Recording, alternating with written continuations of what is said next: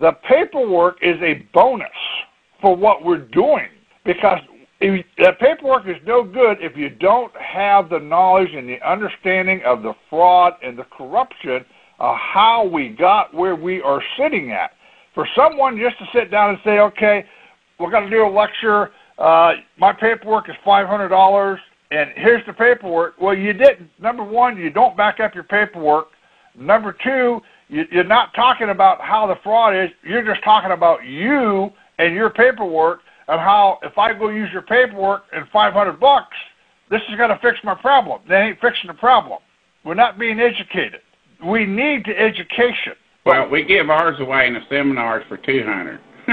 Yes, we need the people educated to understand the documentation that if you, the older people on the line, the new people that's on here, ladies and gentlemen, my paperwork is some of the most dangerous paperwork that you could put into the court, because it comes in and lays out the entire fraud of what the court is doing.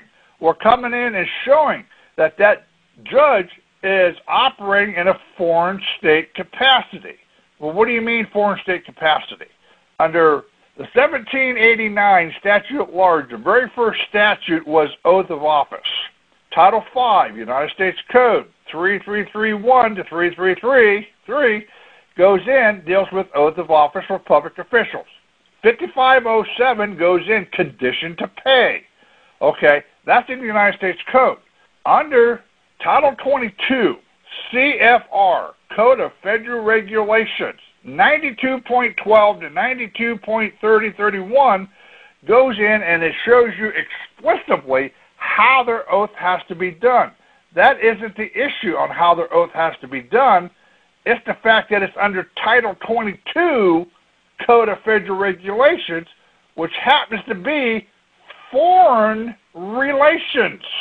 Their oath of office is under foreign relations. Title 8, United States Code. The moment they take their oath of office under Title 8, Section 1481, they have to relinquish their national citizenship.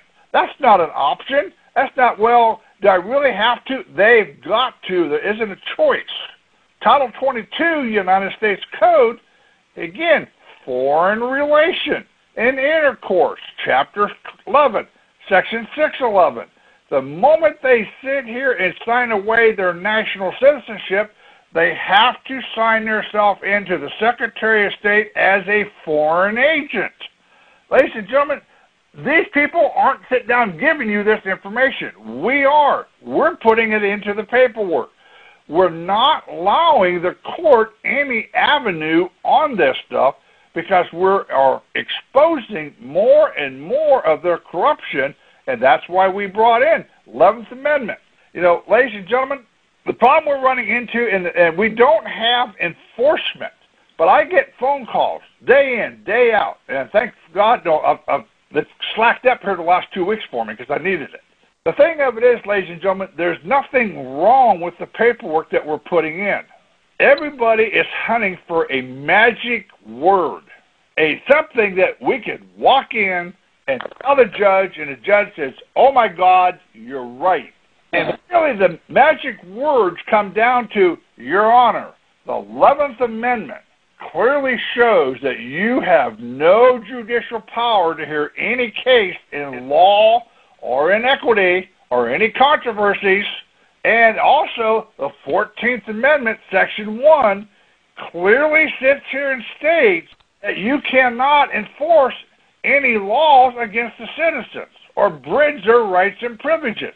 So if you have no judicial power in law and equity, and the 14th Amendment says you can't create laws against me, why am I in this courtroom? That's an excellent question.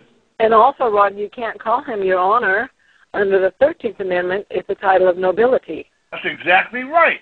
So, ladies and gentlemen, we're sitting on the right answer. The problem is we cannot guarantee that these suckers are going to do their job right, because there's money to be made, and that's why we're now going after the comptroller on this thing, Because now we're exposing the money fraud through the comptroller, because he is the one who has to pay all of the debts incurred in that court that's created by the all caps corporation, state of, or United States, because they're trying to get money. So we're going to help them get the money. We're going to tell the judge to release the funds from the comptroller to pay the dispute that was created by these people, and let us walk on our merry little way. And their trump card is they have bailiffs walking around with guns. That is part of the problem. Like I said, it isn't the fact that this isn't the fact that the paperwork's wrong. It's the fact that we have no enforcement. That's right. Well, that's the next thought on this side of the table. Going back to the grand jury manual, is getting this education out. Mac sent out an email this past week. Mac, can you post how many downloads there was? There was 90-some the other day that people downloaded that manual. So, ladies and gentlemen, if you're downloading that grand jury manual that's up on the website that Harvey mentioned earlier, then read it, take it to bed with you, study it, because you don't never know when you're going to be called for their side to be on a jury, on a court case. Yeah, and if you probably want to get excused from jury duty, you probably just want to carry that in there with you. This is powerful, people. We, the people, can change our system just by doing that.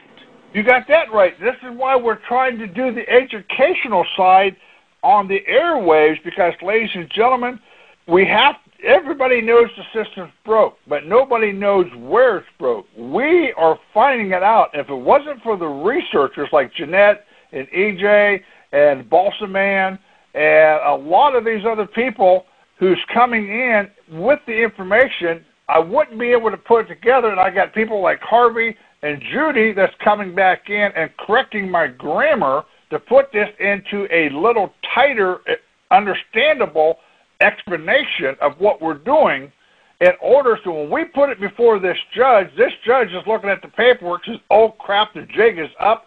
They know.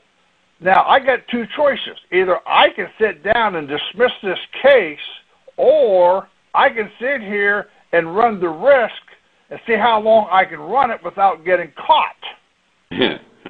So, Rod, that gives all of these judges only one option. They're going to have to go to the Catholic Church and make a confession. I don't know.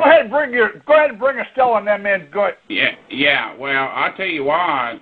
This petition, when we get it ready to file, we're going to have a bulldozer to take it into The Hague. And then they want you to respect them. Respect our religions. Religion is not to be respected. You uncover the truth. You say the truth, no matter what.